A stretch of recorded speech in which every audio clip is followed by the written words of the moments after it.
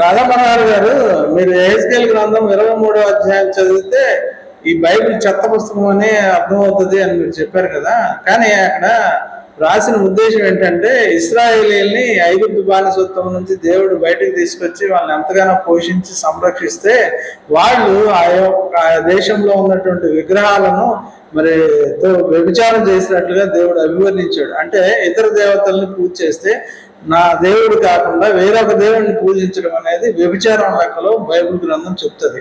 కానీ వాళ్ళు అక్కడ మనుషులు, వాళ్ళు తప్పు చేశారు, వారిని చెరకు తీసుకెళ్లి వాళ్ళని సరిచేసి మళ్ళీ దేవుడిగా మళ్ళీ వెనక్కి తీసుకొచ్చారు. కానీ మీరు ఈ యొక్క సంస్కృతంలో రాసినటువంటి సుప్రభాతాన్ని చూడండి, అలాగే మీ యొక్క వేదాలు గ్రంథాలు అన్నింటిలో కూడా మీకున్నటువంటి అవలక్షణాలు ఏదైతే వ్యభిచారము, బహుభార్యత్వం, బహుభాతృత్వం ఏదైతే ఉన్నాయో వాటన్నిటిని కూడా దేవుళ్ళకి అంటగట్టారు. ఈ యొక్క స్క్రీన్ షాట్ లో ఉన్నదంతా కూడా ఒకసారి చదివితే మీకే అర్థమవుతుంది మీ పూర్తి ఎంతో.